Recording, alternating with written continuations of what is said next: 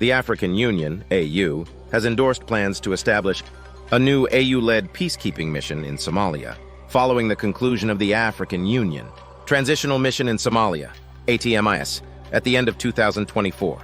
The AU Peace and Security Council, AUPSC, endorsed these plans on June 20th, expressing concern that ongoing counterinsurgency offensives, combined with the withdrawal of international forces, could leave critical gaps that the militant group Al-Shabaab could exploit. The AUPSC emphasized the importance of force generation, regeneration, integration, and capacity building as key benchmarks for Somalia to fully assume security responsibility.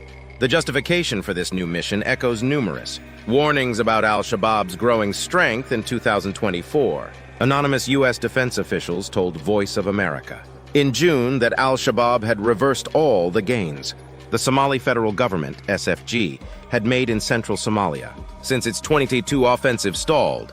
Despite strong rejection of this claim by the Somali National Security Advisor, notable Al-Shabaab gains in crucial areas of central Somalia throughout 2024 have been reported.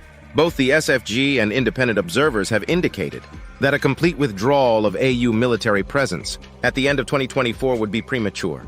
A joint assessment by the AU and SFG in March recommended adjusting the withdrawal timeline based on the actual readiness and capabilities of Somali forces, warning that a hasty drawdown of ATMIS personnel could create a security vacuum.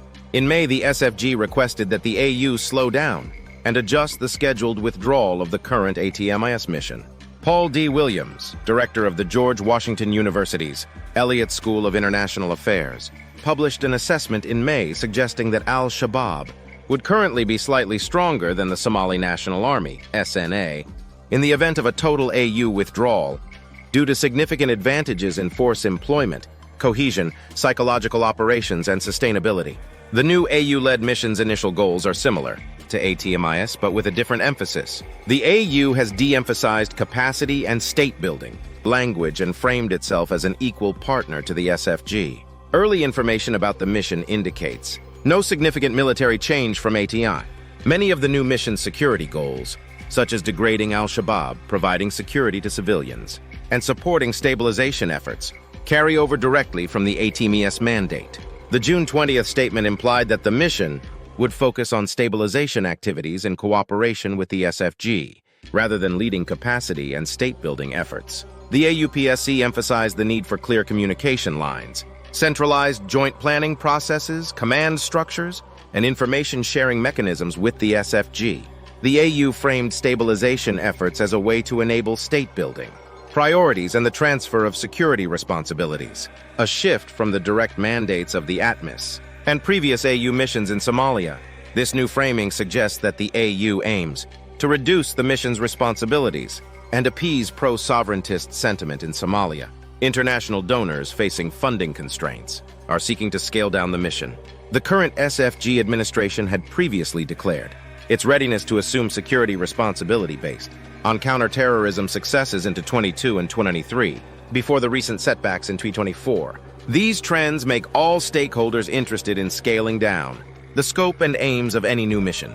The SFG's aggressive rhetoric against Ethiopia in 2024, due to a diplomatic dispute, has aggravated pro-sovereigntist and specifically anti-Ethiopian sentiment. Al-Shabaab has historically exploited this sentiment to criticize the AU mission as an occupying force supporting an illegitimate government, creating potential backlash against a continued AU mission. The shifting priorities of Somalia's regional and international partners create uncertainty about which countries will contribute troops and fund the new mission. Ethiopia's role remains unclear and controversial due to its ongoing diplomatic dispute with the SFG. Somali National Security Advisor Hussein Sheikh Ali stated that Somalia would expel Ethiopian forces when the ATMS mandate expires unless Ethiopia repeals the port deal it signed with the de facto independent Somaliland region. Ali signaled that the SFG would invite the 4 other ATMIS states to remain in the country under a post-ATMIS framework. Ethiopia is likely to maintain its presence in Somalia because it views its forces as essential to creating a buffer zone against Al-Shabaab for national security. Ethiopia currently maintains more than 4,000 troops in Somalia as part of ATMIS, with thousands more on a bilateral basis. Ethiopia's recent deployment of additional troops into Somalia and warnings to local leaders indicate its commitment to remaining in the region. Partner countries and the SFG would struggle to replace a force gap of 10,000 or more soldiers if Ethiopia withdrew, lacking the connections in the region that Ethiopian troops have cultivated. Western partners are also disputing funding for the new mission. The European Union, EU, and the United States, the top funders of AU missions since 2007, have sought to reduce the peacekeeping operation due to concerns about long-term financing and sustainability. Western officials are particularly worried about unnecessary costs and loose regulations for generating troops. The EU prefers that the new mission be financed through the UN. The AUPSC acknowledged the EU's unwavering support, but noted that the AU Commission would need to continue developing additional financing options for the new mission. If you find this analysis insightful and want more updates on global security and geopolitical issues, please like, comment, and subscribe to our channel.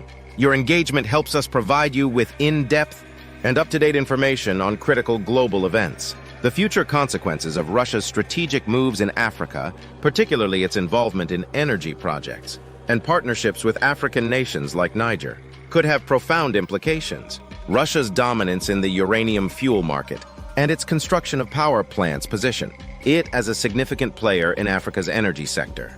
This could lead to increased Russian influence over African energy policies and greater dependency on Russian technology and expertise. For African leaders, navigating these partnerships requires careful consideration. They must ensure that deals with Russia are transparent and beneficial to their nations in the long term. Over-reliance on a single foreign partner can create vulnerabilities, so diversification of partnerships is essential. African leaders should also focus on capacity building within their own countries to ensure that they can eventually manage and maintain these projects independently.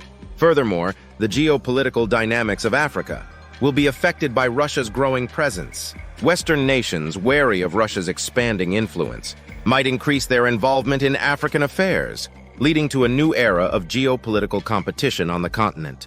This could result in both opportunities and challenges for African nations as they navigate the interests of multiple powerful players. The establishment of a new AU-led peacekeeping mission in Somalia, the ongoing geopolitical maneuvering by Russia in Africa, and the complex interplay of regional and international interests present both challenges and opportunities. African leaders must carefully manage these dynamics to ensure stability, security, and sustainable development for their nations. Thank you for watching and engaging with our content. If you found this analysis helpful and want to stay informed about global security and geopolitical issues, please like, comment, and subscribe to our channel. Your support is crucial in helping us bring you comprehensive and timely updates on the events shaping our world. Stay tuned for more in-depth analyses and discussions on critical global issues.